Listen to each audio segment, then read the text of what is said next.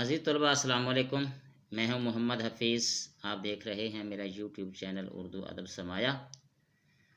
تو عزیز طلباء، آج کی اس ویڈیو میں ہم جماعت 9 میں موجود ڈاکٹر علامہ محمد اقبال کی نظم پیوستہ رہے شجر سے امید بہار رکھ، اس کے پہلے 3 اشعار کو ڈسکس کریں گے۔ تو اس ویڈیو کو شروع سے لے کر آخر تک دیکھیے اور چینل کو بھی آپ سبسکرائب کر لیں، اپنے دوستوں کو بھی شیئر کر دیں اور گھنٹی کے نشان کو بھی پریس کر دیں اور لائک بھی کر دیں۔ انشاءاللہ ان اشعار کی جو تشریح ہے، جو جماعت 9 کا جب امتحان دیں گے تو اس میں آپ کے لیے بہت ہی فائدہ مند ثابت ہوگی۔ اب ہم چلتے ہیں اشعار کی تشریح کی طرف۔ پہلا شعر ہے: ڈالی گئی جو فصل خزاں میں شجر سے ٹوٹ، ڈالی گئی جو فصل خزاں میں شجر سے ٹوٹ، ممکن نہیں ہری ہو سحاب بہار سے۔ پیوستہ رہنا، وابستہ یا ساتھ ملے رہنا۔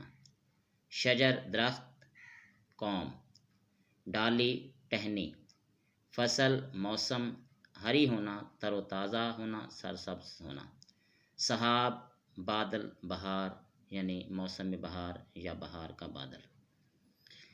علامہ اقبال کہتے ہیں کہ موسم خزاں سے اگر کوئی شاخ جھڑ کر درخت سے جدا ہو گئی تو بہار کے موسم کتنے ہی برسیں وہ شاخ کسی مرحلے پر شاداب اور سرسبز نہیں ہو سکتی۔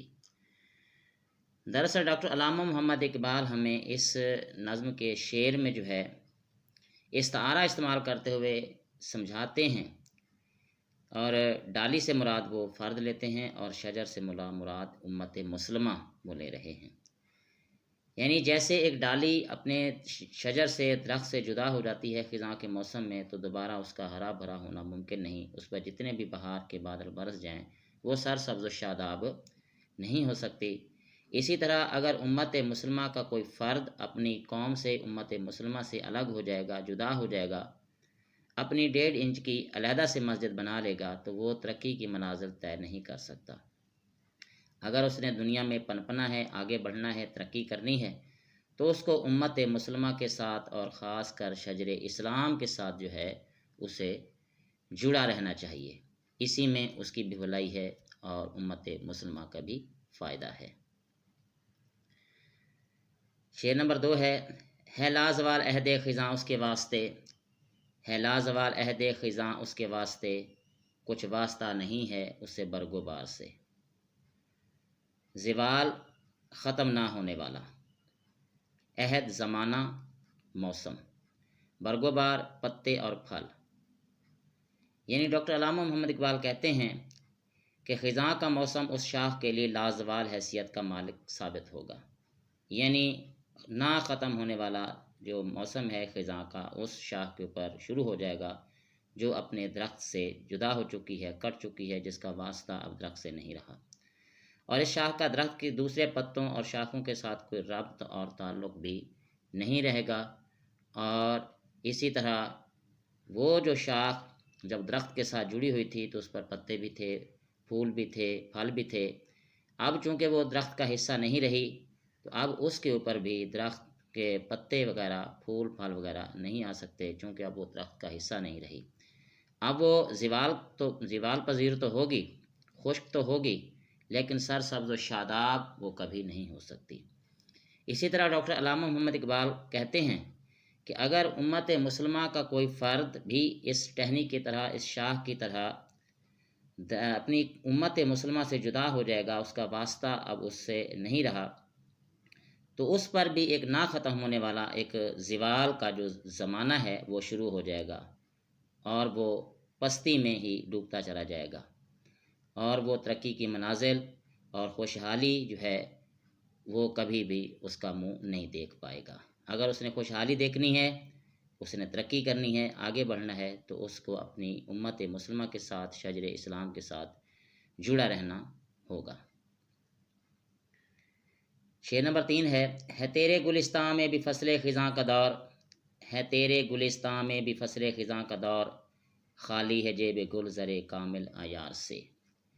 جیب گل پھول کی تھیلی، مراد مسلمان، زر کامل عیار کسوٹی پر پورا اترنے والا یعنی خالص سونا، مراد ایمان۔ ڈاکٹر علامہ محمد اقبال کہتے ہیں، جب کہ اے مسلمان تیرے گلستان میں بھی ایک طرح سے خزاں کے دور کا تسلط ہے اور ملت ہر نوع کی صلاحیت سے عاری ہو چکی ہے۔